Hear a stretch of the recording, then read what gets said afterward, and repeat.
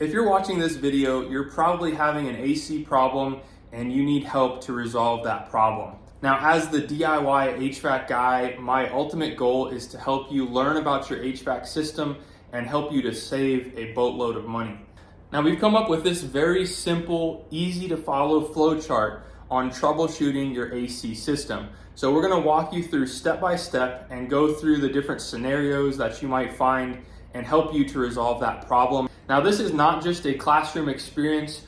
We are going to go through this flow chart and simultaneously take you into the field, show you what to look for at your condensing unit, at your furnace, at your thermostat, so that you'll know what to expect if you have a problem in the future or if you're actively experiencing an AC problem, and we're going to show you how to fix it. So pretty much the only tools that you're going to need to do this project and to diagnose what's wrong with your AC is a voltmeter that has the capability to check voltage as well as microfarads. We need to check our capacitors in the condensing unit as well as the furnace to make sure that they're functioning the way that they should. The second thing is nut drivers. Now, you can get these in a handheld version on Amazon, but I love these drivers. They go into a drill, and as you can see, all you do to reverse the bit from 1/4 inch to 5/16 is simply pull it out, swap it. It's magnetic, so you'll keep track of your screws, and they come in a long and a short version. So I'm gonna put links for the multimeter that I suggest in the video description, as well as both of these drivers. All right, so here's our flow chart. As you can see, our AC is not working. The first thing that we wanna do is we're gonna start at the thermostat and we're gonna set it to cool. So as you can see, we're measuring 82 degrees. So all we're gonna do here is we're gonna go down here and we're gonna bump it down to a threshold that is well below that temperature. As you'll see right here, we have this little snowflake. What that's gonna do on a smart thermostat, or some of them will light up in blue around it. If you have a Google Nest, this for mine will turn blue. Give it about 5 minutes, wait until this symbol turns blue, and then we can proceed with our flow chart. Now notice what happens on this more simple Honeywell thermostat. We're gonna bump it down past what the temperature of the home is, and notice what happens. See, that cool started flashing, cool on. That indicates that this thermostat is in a time delay, and it's not gonna actually turn the cooling on until about 5 minutes. And once this cool on stays lit permanently and stops flashing, then you can proceed with your flow chart and diagnosing. Now let's think about for a moment what the role of the thermostat is in the whole system. Now in the furnace, we'll show you that in a minute, but there's a control board, and that's like the brain of the whole HVAC system. It tells everything when to come on, at what time, when to turn off, and the thermostat simply supplies that brain with the information that it needs to control the temperature and to signal what to turn on. So say for instance, we want the cooling to come on. All the thermostat is going to do is connect the red wire and the yellow wire, or sometimes blue, whatever the cooling signal wire. It's just gonna connect those two wires, and then the brain says, okay, let's turn the fan on, let's turn the condensing unit on, and we'll keep doing this until we meet that threshold that the thermostat is set to. So right now, let's show you what these wires are. And again, these are simply going from the thermostat straight to that control board, and that's all it is. There's about 5 or 6 wires, sometimes more if you have a heat pump or a more sophisticated system. But let's break down what these wires are and what they go to. So we have our red wire here, that's our 24 volt supply. So from the furnace, we've got 24 volts coming up, going to this red wire. Our green wire is for our fan, and that will typically go to G. That goes straight to the board, to the G terminal on the board for the fan control. Y1 is typically yellow, sometimes it's blue, but most of the time it is yellow. And that will go to your Y terminal at the furnace control board. That will call for your cooling, for your compressor to come on and the fan. C is typically blue. Now that's your common, or you could think of it as a neutral wire. That's how this 24 volt supply goes back. And a lot of smart thermostats actually need this C wire in order to function. Now, if your thermostat has batteries, you will not need this C wire. You just have batteries that control the thermostat, and the thermostat just sends a signal through these other wires to the furnace. Lastly, we have our W1. This is typically white, and that is for your call for heat. So this just goes straight down to the furnace, connects to our W terminal, and tells the furnace to kick on the heat. Now, if you have two-stage heating or cooling, you'll have the W2 connected or the Y2 connected for cooling, W2 for heat. And then this guy is actually for a heat pump. So if you have a heat pump, you'll typically have an orange or a brown wire that will go to OB, just in case you see that on your system. Now, if you go to your thermostat and you see that it is blank even after setting it to cool, go ahead and take the front cover off. And if you have batteries, that could very well be the problem. If your thermostat isn't telling the furnace what to do, then obviously your system is not going to work. So go ahead and swap out your batteries, and it could be as simple as that. All right, so we're set to cool. Let's go ahead and hop back over to our flow chart and see what we need to do next. So we've got our thermostat set to cool. The next thing that we're gonna do is check to see if the fan comes on. So audibly at the furnace, do we hear that fan kick on, or do we hear nothing at the furnace? If your fan does come on, just go ahead and skip to this timestamp. But if your fan does not come on, let's go ahead and proceed here. We're gonna check the thermostat batteries, as we said just a moment ago. We're going to bypass the thermostat to verify if the thermostat is good or bad. Then we're going to check the circuit breaker, and then we're going to check the fuse in the furnace. All right, so let's say our thermostat is set to cool. It says cool on, but nothing is happening. The fan isn't coming on, just nothing is happening. So what we're gonna do is we're gonna diagnose if this thermostat is actually bad. And this is very simple to do. With a straight air conditioning system, all we're gonna do here is we're gonna jump the red wire and the Y1. So this is pretty easy to do. On an Ecobee, you just press this little tab in, and as you're pressing it in, you'll pull the wire out. It's very similar on a Google Nest as well. And then if you have an older thermostat like this, you'll just need a little flat blade screwdriver so you can disconnect the R and the Y wires. So now that we have red and yellow disconnected from the thermostat base, we're gonna use some jumper wires here. If you don't have jumper wires, you can simply take a wire nut and just connect these two together. And let's notice what happens when we connect these.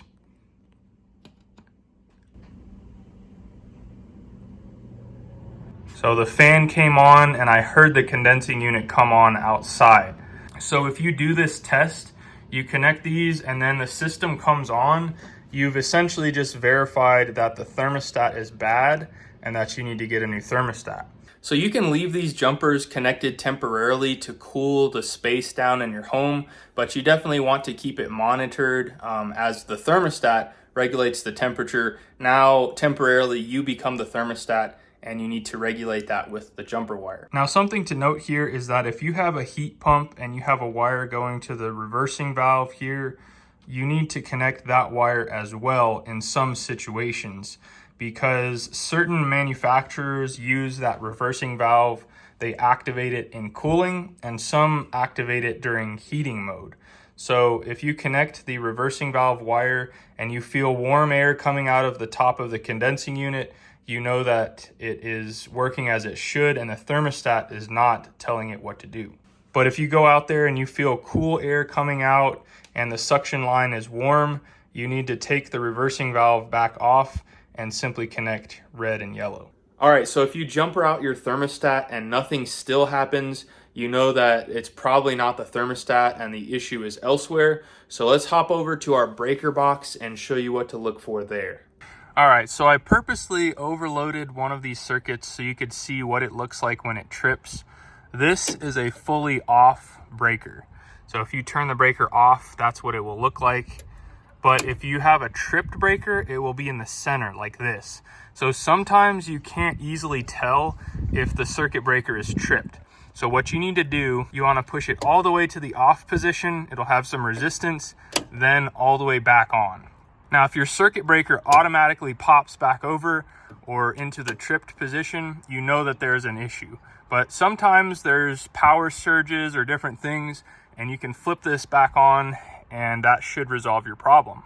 All right, so if we've checked the thermostat and the breaker and we're still not getting anything, the next thing that we're gonna do is we're gonna check the fuse that's in our furnace. Now, something to note here is that each furnace is oriented a little bit differently. This is a Bryant, so the blower motor and the control board is behind here.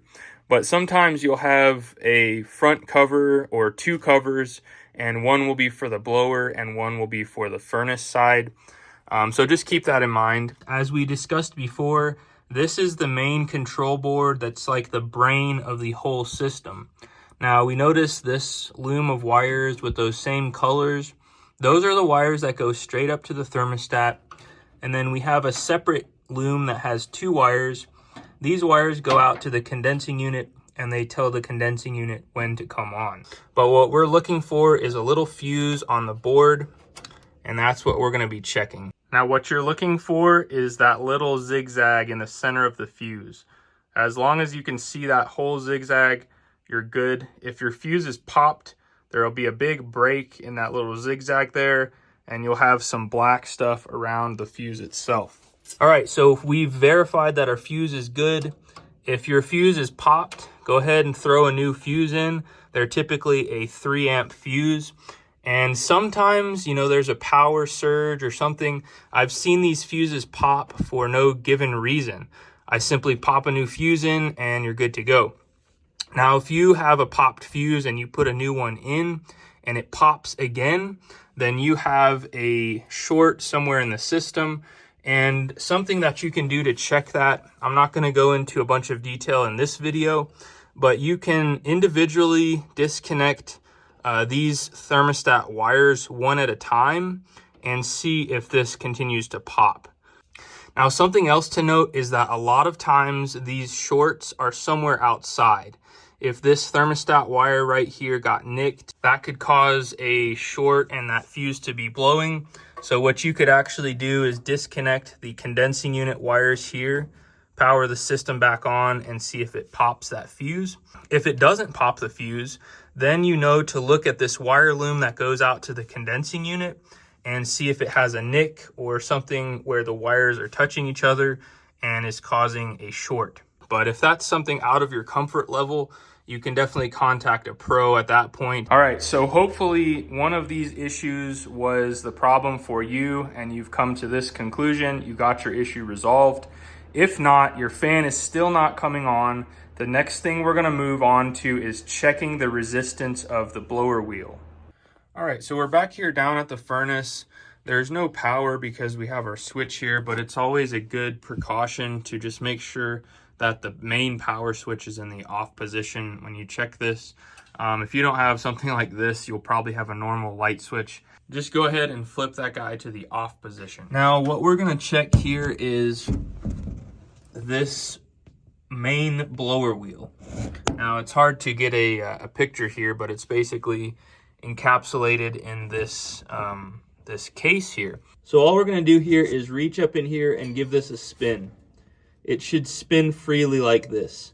Now, if you spin it and it just stops and you can feel a lot of resistance, then you know that this blower motor is on its way out, and it's probably the blower motor itself that needs to be replaced. All right, so if we have no resistance on the blower wheel, the next thing on our flow chart that we're gonna check is this capacitor. This is typically what they look like. They're kind of an ovular cylinder. So what we're gonna do to start with is we're just gonna take this bracket off, and then we're gonna use our multimeter to check the microfarads of this capacitor. All right, so this part is very important. These capacitors are basically like a battery. They hold a charge, and it's imperative that if we mess with any capacitor, whether it's in here or out at the condenser, that we discharge the capacitor. So what we're gonna do is we're gonna take an insulated screwdriver like this, and we're just gonna jump these leads out. And what that's going to do is that's going to discharge any residual power that's stored in this capacitor. So next what we're going to do is we're going to disconnect the leads on our capacitor so it's just freestanding. And now we're going to make note of the microfarads. So this is a 7.5 microfarad capacitor. So what we're going to do is we're going to get our voltmeter out. Now as we cycle through here, you see the UF, that means microfarads. That's the setting we want. And we're going to take our two leads and put one here, and we're going to see what it reads. We're going to put one lead on each side of our capacitor. And as you can see, we've got 7.6. That's within the plus or minus 6%. So that capacitor is good. If we put our leads on here and all we saw was OL like this, or a number that was way off past 6%, we would know for sure that our capacitor is bad, and that should resolve the problem. Once we put in a new capacitor, the fan should start running and everything should be good to go. All right, so if we've verified that the capacitor is good, there's no resistance on the blower wheel. Next, what we're going to verify is that the transformer is working like it should. Now, as you can see, this is what the transformer looks like. It's a big block with, typically they have 4 wires attached. 2 of these, the black and the white wires, are 110 volts. And then the other 2 wires that come off, red and blue for this one, are going to be the 24 volt supply that go into the board. So basically how we're going to verify this is we're just going to test here at the board on these terminals to verify that we have 24 volts. If the transformer is not working, we will not have 24 volts to these pins, the R terminal for 24 volts, and we can verify that the transformer is not doing its job. Now for this part, we will need to have power.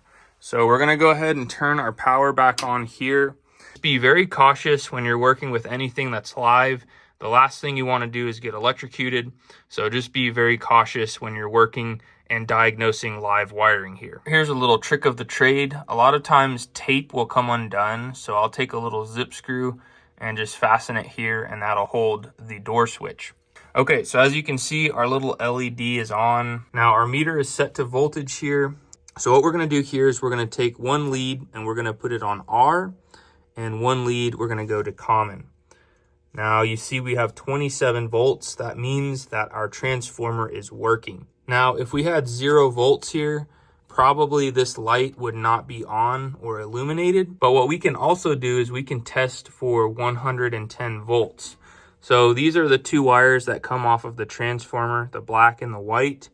The white, as you can see right here, goes to these neutral pins. These are all the same on this little block.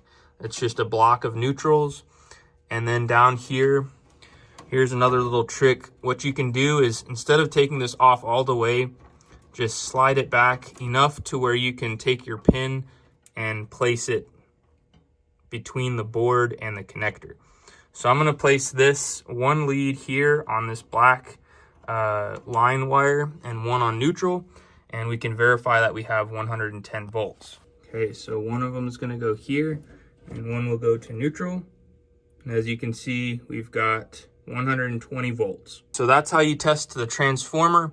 If you were getting 120 volts to the black and white wires, but 0 between R and C, then you have just verified that the transformer is bad and you can go ahead and replace the transformer.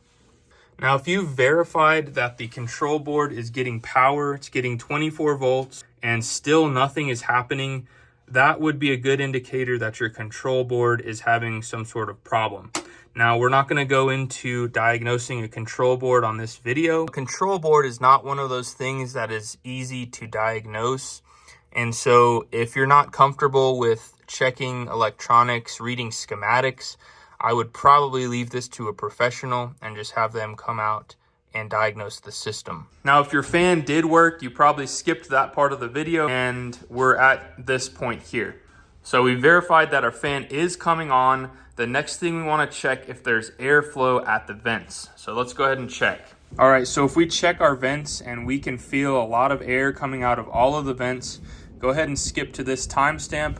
But if we're not feeling anything coming out of the vents, we need to hop down to our furnace and check a couple of things. All right, so the very first thing we come down here, we can hear our fan running. The very first thing we want to do is we want to check our air filter. Now, a lot of the ones out here in Utah have an opening. Mine's a little bit hard to do, but my filter sits at an angle like this. We're going to be replacing it pretty soon. But here's what a dirty, nasty filter looks like, and this could very well be the culprit. A lot of the calls that I get are dirty air filters, believe it or not. This is a new filter. That's what it should look like. If it's got a little bit of dirt buildup, you should be okay, but nothing at all like this one. Okay, so just so you are aware of what everything is here, this is considered your furnace, and this box here is considered the evaporator coil. And sometimes these will actually be enclosed in the ductwork. So all you'll see is these copper lines coming out. So basically all you want to do, if you can hear your fan running but you have no airflow coming out of the vents, is you want to pull this back and see if there's a bunch of ice buildup on this larger line. So what can easily happen if you let your air filter get this dirty is it will restrict the airflow through this evaporator coil to where it will just start to build a layer of ice. And the more and more it runs hour after hour, struggling to try and cool your home, you will eventually end up with this, a huge block of ice on your evaporator coil that will virtually let no airflow through. So at that point, even if you replace the filter with a brand new one, you will still continue to develop more and more frost because no air can get past that evaporator coil. So here's what you need to do. You need to turn your fan on, AC off, just the fan, and you need to let that fan run and run and run until all of that ice is gone. Then with your new filter in place, you can rerun the AC and hopefully that will resolve your problem. I've run into many scenarios in which there was nothing wrong with the AC, it just had a dirty filter and it built up all that ice until eventually there was no air coming out of the vents, and all we had to do was thaw it out, put a new air filter in, and we were good to go the rest of the season. Now, while we're talking about the subject of filters, I want to let you know where I purchase my filters and where I recommend that you purchase yours, and that is Filterbuy. Filterbuy is a great company that sells a variety of different size air filters in different MERV ratings and different thicknesses. You can find them on Amazon, and you can even do a subscribe and save a certain percentage if you subscribe, and you never have to go to the store to buy a filter again. They'll be delivered right to your door. You can just pop the new filter in, have peace of mind that you're good to go for the next few months. Filterbuy also has really fast shipping, so you can get the air filters that you need shipped to your doorstep very quickly. Make sure you use the link in the video description and you will get a special discount as one of my viewers, and you can have peace of mind knowing that your HVAC system is well maintained and that it's going to last you a long time. Okay, so if you check your air filter and the air filter is good, but you still have really low airflow, you could have a very dirty evaporator coil. So what we've done here is we just removed a segment of the exhaust venting because it was right in our way. And we just took off this cover with a few 5/16 screws. And now what we're gonna do is we're gonna take off these screws here in this bottom corner, and we're gonna pull this plate back just enough to where we can look up inside the coil and verify that there's not a bunch of buildup on our coil. Now, I don't know how well you can see that, but we do have some buildup on our coil, in which case we would need to take this front cover off and clean that evaporator coil out. But odds are it takes a lot to really clog up an evaporator coil to where you have no flow out of the vents. But hopefully the filter will resolve your problem. And you definitely want to check in here, because if you have a block of ice inside, that will also cause an issue. And this way you can make sure that it's thawed out before you retry running the AC. So if you have low airflow, it's either going to be a dirty filter that caused an iced over evaporator coil, or it's going to be a dirty evaporator coil. It's typically one of these two things. All right, so if we got airflow at the vents, that's fantastic. Let's proceed to the outside condensing unit and do a few checks there. So the first thing that I typically check when I come out here to the condenser is I see if the fan and the compressor are running. If they're both running, I'll typically check right here at the lines and I'll see if I can see any ice buildup. Now, if the system is running and there's ice here, that's a really good indicator that the system is low on refrigerant. It could have buildup on the condensing coils. I've actually seen a lot of scenarios in which that was frozen. We had to clean the system, replace the filter, and the refrigerant charge was fine, and that's all that was needed. Now, if you come out here and the fan is running, the compressor is running, there's no ice, but you're not getting cold air out of the vents, that's probably a scenario in which your refrigerant is just low enough to where it's not giving you signs with iced over lines or anything, because we already went through that. And you probably need to call a pro. In a future video, we will show you how to check the refrigerant if that's something you're comfortable with doing. In this video, we're showing you the more common components that don't involve checking or filling refrigerant, the components like the fan, the compressor, the capacitor, the contactor. Let's walk you through a couple of scenarios in which you come out here. Let's say, first of all, your fan is not running, but you can hear that buzz of the compressor. It kind of sounds like, and your fan is just not running. Sometimes you'll even see smoke coming out of here because there's so much heat and the fan is not moving that air. So what you can do in that scenario is look around and see if you can find a twig that will fit inside of these fins. And all you want to do is just bump that fan and see if it spins like that. If it spins like that, that's a great sign. That is a sign that your capacitor is probably bad, or possibly the contactor. Now, if you go in here and you give that a little nudge and it just moves like a 1/4 inch and just stops and has a lot of resistance, then the odds are is your motor is bad. 99% of the time, if you move that and it's stiff, you are going to need to replace your motor. Now, another thing is if the unit is on and it's calling for cool, and you take a twig and you just bump this, a lot of times the fan will actually come on. So you can keep your unit going until you can get that component and you can get cool air by doing that little hack. Okay, so back to our flow chart. If our compressor and our fan are running, probably have a refrigerant issue and we need to contact a pro. If the fan is not running, as we just talked about, we check that fan for resistance. If it's stiff, we replace the fan and we should be good to go. If we don't have a stiff fan and the fan is still not running, but the compressor is, the next thing we're gonna do is check the capacitor. So let's go ahead and show you how to do that. Okay, so in order to access the capacitor and the contactor, we need to take off this corner panel. If you have an older system, you might have one side panel with some bolts on the bottom that you need to remove, but each one is a little bit different. Typically, you'll have this, that's indicating that the electronics are back here. Now, please be careful. As a DIYer, you do not want to get electrocuted. We're messing with live electrical wiring here.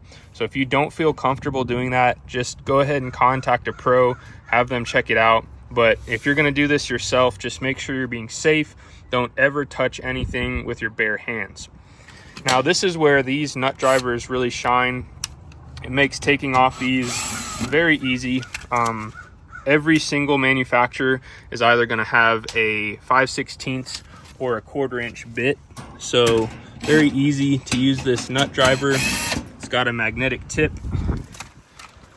so we can keep track of our screws. So let's go ahead and pull this cover off. Okay, so before we show you how to check the capacitor, I just want to go over the contactor and show you what its purpose is. So right here, this is our incoming 220 volts. That's one hot leg and one hot leg here, white and black. But the purpose of the contactor is up here is where our connections are made for our fan and our compressor. And down here is the incoming voltage. So when this contactor closes, when the thermostat says, okay, let's call for cool, it will pull this contactor in and it will make the connection between these lines and these lines. So it'll just transfer that 220 volts to the compressor and the 110 to the fan. Now, something else to note is that when you come out here, make a note of if this is pulled in or if this is flush with the top of the contactor. If it's flush, then the thermostat is not calling for cooling. Now I'll show you a picture of a plunger that is pulled in. That means that the contactor is calling for cool, and you know that the contactor is doing what it's supposed to do in the thermostat, and there's another issue. So something that you can do, and again, be very careful. I'm using an insulated screwdriver, so nothing is going to make contact with my hand, but I'm gonna push this in manually. And if you push this in manually and the fan and the compressor both come on, then you can verify that your capacitor is good. So let's go ahead and do that. See, we heard the compressor and we heard the fan. So it's as easy as that to do that test and see what comes on when we press in the contactor. Now, something else to note is that sometimes where these contacts are, a ladybug or some sort of bug will get stuck in there. So do a visual inspection, push on this manually a few times, and possibly it will clear whatever is in there and make a connection again. And that's a good area to check when you're diagnosing your AC. Okay, so now on to the checking of the capacitor. The very first thing we're gonna do is we're gonna kill power. So we're gonna just pull that disconnect out. So the next thing we're gonna do is we're just gonna take this little strap off of the capacitor. So I'm just gonna use my little hand tool here, and I'll also include the hand tool as well in the video description under my favorite HVAC tools. And we're just gonna go ahead and wiggle this out, making sure that none of these pins make contact with the case. Okay, so we've got our capacitor disconnected. Now, just to give you an idea, this is basically like a battery, and it holds a charge, and you can get electrocuted pretty seriously if you touch these as it is, even though the power is turned off. So what we're gonna do is we're just gonna disconnect the fan wire, and then we're gonna take an insulated screwdriver and we're gonna short these out. Now what that's gonna do is it's going to discharge any residual power that is in this capacitor. Now you're gonna wanna make a note of where these wires go. Mine is a little bit trickier since I have this hard start kit installed, but we're gonna disconnect all of these leads. So for mine, blue and yellow go to hermetic. I'm gonna set my hermetic wires in here just so I can remember. And then this blue, red, and purple are gonna go to common. Okay, so now that we have this off, we can see we have our hermetic pin, that's for our compressor.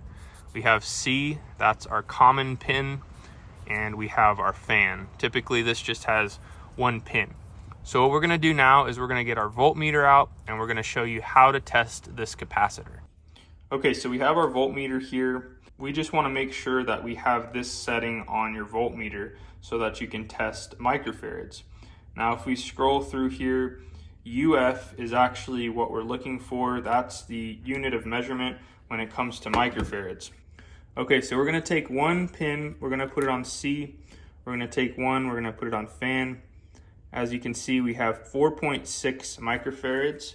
Now, that's within plus or minus 5% of 5 microfarads. So we're good on the fan side. Now we're gonna go from C to hermetic. And notice we get nothing. So that means that this capacitor is bad. We should be reading somewhere around 45 microfarads plus or minus 5%. So maybe 44.5 or 46 would still be within that range. And as you can see, we're making good contact here and we have 0. So if you did the same thing for fan and you got OL or some crazy reading, then you just have confirmed that that capacitor is bad. And all you would do is go on Amazon or somewhere and type in 45-5 capacitor, make sure it's the right voltage, and you can get a replacement for about $10. Now, while we're on the topic of capacitors, I want to point out that if you look inside your unit and you see that the capacitor is mushroomed out on the top or the bottom, that's pretty much a guarantee that your capacitor is bad. So you don't even necessarily need a voltmeter to open the side of the AC unit. And if you see that mushroomed out, you could probably replace it and fix your AC without even having to have a multimeter. Now, a lot of companies are going to be charging a lot of money to replace a simple capacitor. Usually this service is like $200 to $300, sometimes even more, when the capacitor itself is $10. Now, companies have to charge more because they have all kinds of things they have to pay for, but that doesn't mean you have to pay them. There's plenty of people to go around that have zero interest in messing with electronics and replacing a capacitor, but you as a DIYer can save a boatload of money by replacing this very simple component. Now, a word of advice that I have here is go to your AC unit, take the cover off. You don't have to touch anything just yet. See what size your capacitor is, make a note, go on Amazon, order one for $10, and keep it in your junk drawer. That way you are prepared in the event that this goes out, and they always go out on the hottest day of the season, and that way you'll be prepared. So we just tested our capacitor. If our capacitor is good, then at that point you'd probably want to contact a pro. You check the fan for stiffness, the compressor is running, but just the fan. That's the scenario in which you'd want to contact a pro. Hopefully one of these pins on your capacitor was bad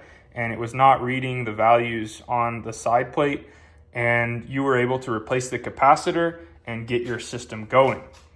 So the other scenario is if you come out here and all you hear running is the fan, you see the fan spinning, you can't hear the buzz of the compressor. We're gonna show you what to check in that scenario. Okay, if our compressor is not running, the first thing we're gonna do is check for power at the contactor. All right, so our power is restored at the condenser here.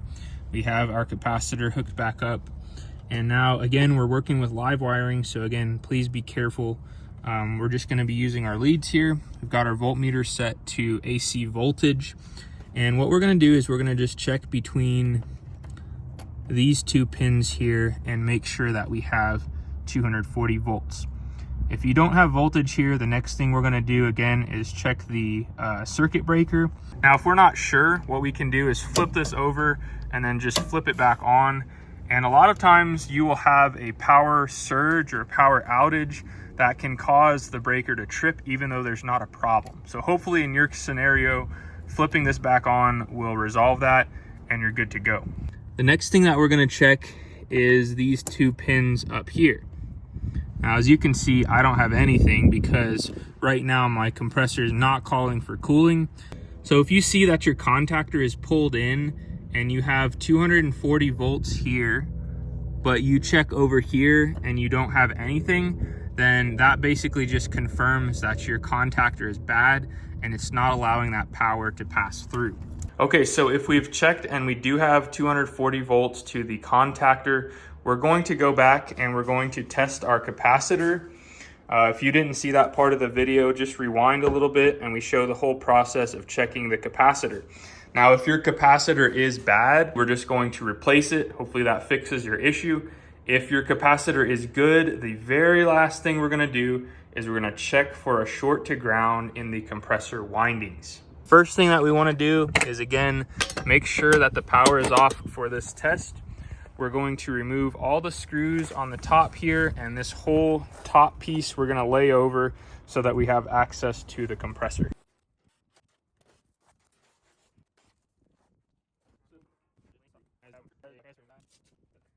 All right, so you'll notice right here where our wires go in, ours has a little nut that keeps this cover in place. A lot of them don't have this, and you simply remove the connector and you can just see the pins on the compressor. Typically it'll have 3 pins. There we go. And now we have access to these 3 pins. Okay, so what we're gonna do now is we're gonna set our multimeter to continuity. Now, a lot of meters will have a setting to where it will beep when it touches, makes continuity. So what we're gonna do is we're gonna check all these pins to make sure that none of them are making continuity with ground. So we're gonna put one lead on the case, or that bolt that goes into the case, and we're gonna check all of these here. We're gonna check this lead, we don't have any continuity. Check this lead, no continuity, and check this lead. If you have continuity between any of these leads and ground, then your compressor is shot. and you need to make the decision whether or not you want to just replace the compressor, or a lot of times it's more advantageous to replace the whole condensing unit. But that shows you how to check if you have a short to ground. Well guys, I hope you found this flowchart easy to follow, and I hope that as we went through, you were able to find what was wrong with your AC unit and that you didn't have to call a pro. There's some scenarios in which it's just kind of inevitable. You have to contact a pro that has years of experience, but a lot of these systems are very basic and are easy to troubleshoot. I hope you were able to find your problem by means of this video. If so, leave this video a like and consider subscribing to our channel for more helpful DIY HVAC videos. If you're interested in seeing some full air conditioning installation videos, check out this playlist, and I'm sure you'll enjoy watching some AC installation and learning some tips on how to do that yourself. Until next time, you guys be safe. Later.